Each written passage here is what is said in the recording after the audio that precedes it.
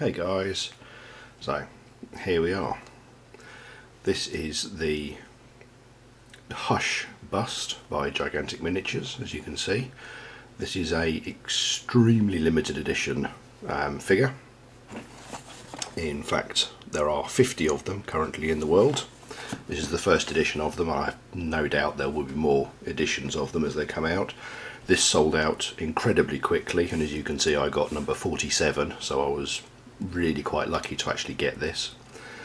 The history of this bust is quite interesting. It was originally sculpted for the Euromilitaire competition and sculpted and painted by the same guy.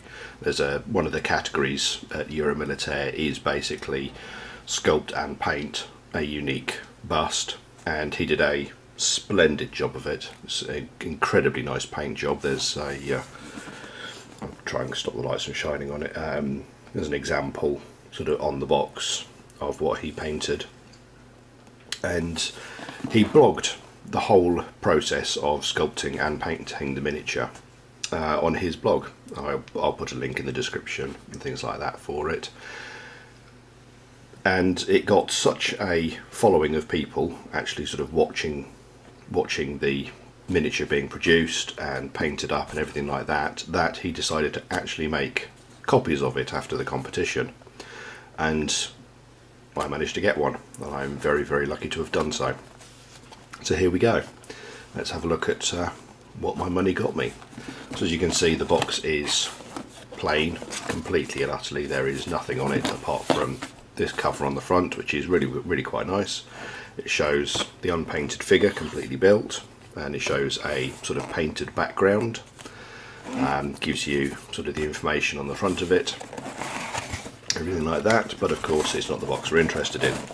So let's go inside. The packaging is excellent. The miniature came pretty much like that, in all honesty. It wasn't mixed up or anything. The foam it's got to be the best part of about 1 inch thick on either side, so it holds the parts of the model very snugly. But let's pop it out of the box, and we'll get the box out of the way.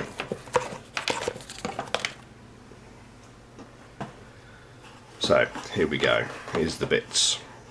So the main lump of this is the body. As you can see, I'll just shift the lights over. There we go. That's better. As you can see, the whole thing is just solid resin. It's even signed on the inside that way up. Signed by the artist and numbered on the inside, and I'm almost, to be honest, I'm almost loath to put it together because the arm, that's actually the arm socket, so the arm will cover that. but there we go. So what we have is quite a nice, very nice casting. There's a bit of a mould line sort of going down there. You can just see sort of evidence of it here and there, just sort of travelling down that section. The details on it are exquisite. I mean, even I'll see if I can get this on camera. There we go. You've even got sort of marks.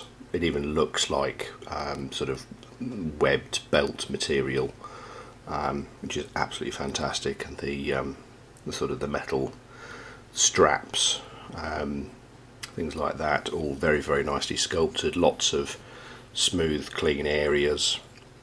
You've got stitch marks around the edge of this material as well, where it's been sort of stitched together and it's held by the sort of the clips, plastic clips, and then you've got sort of the bits of armour, things like that. So really nice figure. Very nice details on it. On the actual body part, then we've got the head. It's a very clean sculpt. It's going to be an absolute joy to paint with the airbrush. I'm hoping to do a similar job to what he did. Obviously you've got the usual blocks where it's been held in place. It would have been nice if they were mounted on the on there, but I guess that just wasn't possible for whatever reason. It had to be, I guess, that way around, because that way around it would have been, sorry, it had to be that way around in the mould rather than that way around, because that's too high, whereas that's slightly less deep in the mould. But it's on a smooth surface, so taking that off isn't going to be too much of a pain.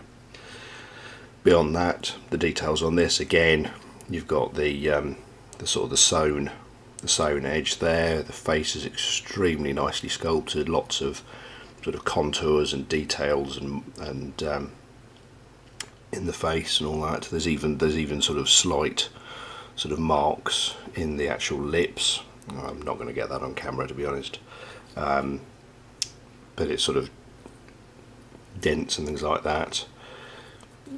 Again, there's a slight mould line running around it. Luckily it hasn't touched the face at all, and it's just sort of on the back there. But beyond that, very, very nice face. So you got the arm. This, I kind of wish they'd put that somewhere else. I can understand why they had to put it there, because it has to vent out sideways. So you've got the two halves of the mould on this, so it has to vent out sideways. But it would have been nice if it was somewhere else, because essentially that means that the curve of that elbow is entirely up to the person putting the miniature together, because you're going to have to cut round it and actually reshape that elbow. The arm isn't too great in terms of moulding. There's going to need to be some filling done in there. It's a bit rough, and there's quite a heavy mould line. But again, it's a smooth surface, so you're not going to have to worry about details or anything like that. And then you've got the usual sort of grips and everything. There's some gorgeous details in the hand. There we go. So you've got a sort of sewing line going up there, things like that. And then there's the weapon itself. Bear in mind that this is a 1/6 bust, so these are absolutely huge. I'll show a scale, so you've got an idea of sort of what actual size this is. Obviously that bit's not supposed to be there, that just needs trimming off. And then there's also this bit on the end, but again, it's on a nice flat edge, so you take that off, smooth it off with a bit of sandpaper, it's all good. This is actually supposed to be here, it just needs a little bit of cleaning up here and there. If I can get it to focus. No, it's not having it. So, very nice weapon. It's designed to go sort of like that, so you've got an idea. And it fits together beautifully, absolutely beautifully. I can't fault the way it's positioned at all. There are no gaps.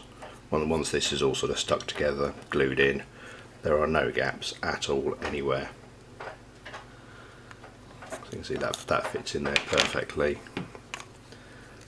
That fits into the body perfectly.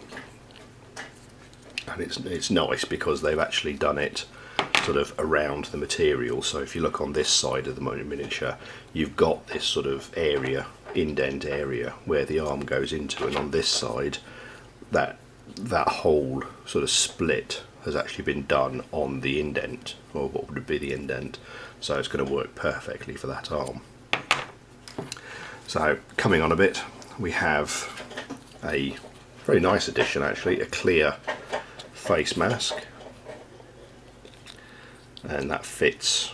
It's a little tricky to figure out how it fits until you get the bits out of the bag, which help, but essentially something along those lines. Now obviously this is going to be painted separately if you want to paint it. On the box, I'll just fetch the box back. On the box he has actually given, there we go, he has actually given the top of it a bit of a tint. Looks like in sort of a reddish brown maybe, and that wouldn't actually be too difficult to do really. You just go going with an airbrush very, very gently, and I'd probably do it on the inside rather than the outside, and as long as you take your time with it, should be alright.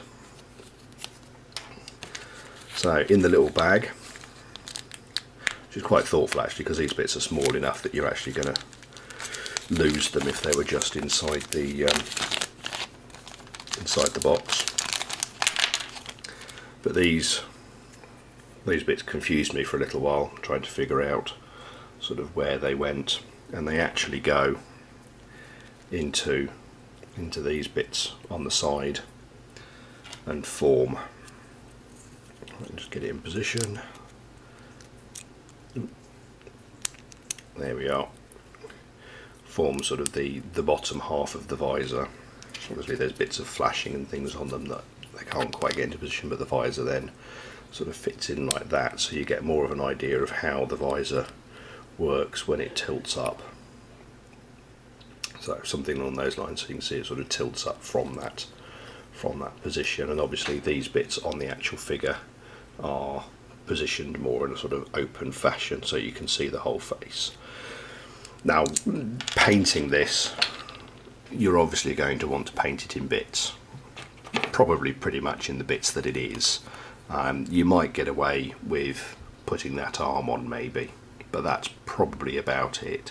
That's probably about all you're going to want to do in terms of actually building it, because if you put the gun on, for example, if I put this together, if you put the gun on, you just aren't going to be able to get into that arm to paint it decently.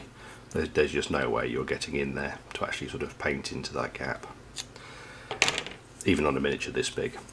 The head could probably go on, but again, you would actually have problems sort of getting into that kind of area and round there if you wanted to. And again, the head fits really nicely. There's very little sort of actual wobble on it, and it's held quite nicely in position, in that sort of position. Obviously, if you wanted to take that off, you could probably sort of give it a bit more rotation if you wanted to position the head elsewhere. But yeah, I quite like the way it's set up. And obviously, sort of the visor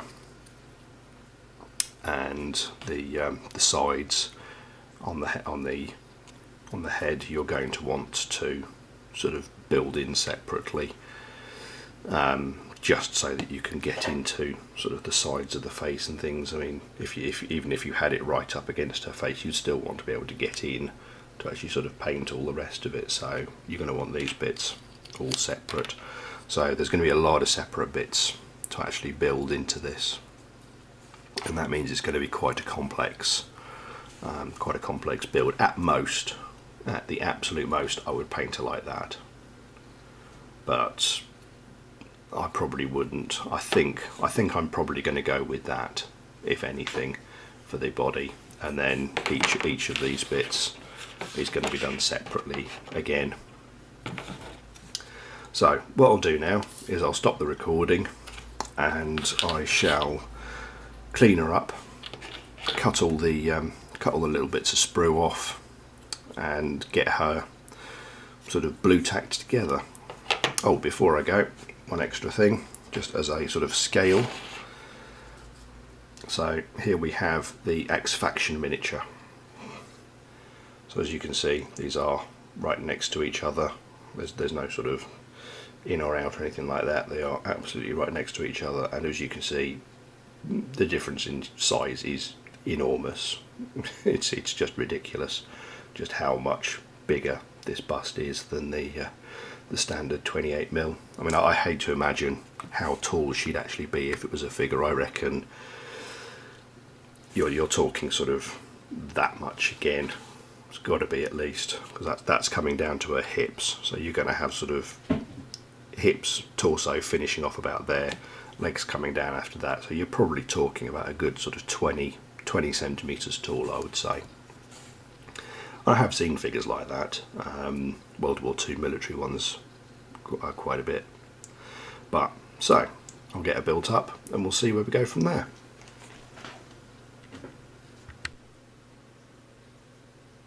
And here we are, we're back again. So I was on a quick tidy up and blue tack job. As you can see, I haven't actually taken pretty much any of the sort of gates and mould lines off at all, because I wanted to spend more than sort of 10 minutes or so cleaning her up. She's going to take quite a while to do properly, and I wanted to get this video out without having to spend too long sort of doing that kind of thing. So I'll clean her up properly later, but as you can see, it's more than easy enough, more than adequate enough to see her put together. So here we are. As I said, this is the Hush miniature from Gigantic Miniatures, or bust should I say. It isn't a full miniature, so You can see the details. I'm not entirely sure how low or sort of high I'd want to go with the visor. I think that's probably a good position for the visor to be, really. Sort of it's over the face enough, but it doesn't actually cover too much of it. And the bits at the bottom, sort of the bottom of the visor, are nice and open, so you can see sort of what's going on the face. You've got a good view of most of the face. The weapon as well fits really nicely. There's actually a bit on the torso there. I'll just take that off. You can actually see there's a bit on the torso there that the gun actually sort of fits into. So if you wanted a bit of added strength when you're putting this together, you could actually put a small amount of glue in that gap just to hold everything in place. But in all honesty, the areas are large enough and good enough connection that I think that gap alone will hold the whole thing together. I mean, she's a heavy miniature, but a lot of that is in the body, because the body is it's solid resin and it's not small. So that I reckon that's probably a good 60 to 70% of the weight at least. As you can see, she looks absolutely fantastic. I think really gorgeous miniature, and I only hope I can actually do her the justice she deserves, really. So yeah, there you go. Hush from Gigantic Miniatures. One of the more limited edition miniatures that I've ever seen, but still very much worth it. If she ever comes up on a sort of general release, or he does another run of these, I strongly recommend picking one up, because it's a fantastic casting, it's a fantastic miniature, really well realised, and yeah, I can't wait to paint her, really. To be honest, I'm scared to paint her. Alright, cheers guys, and I'll see you later.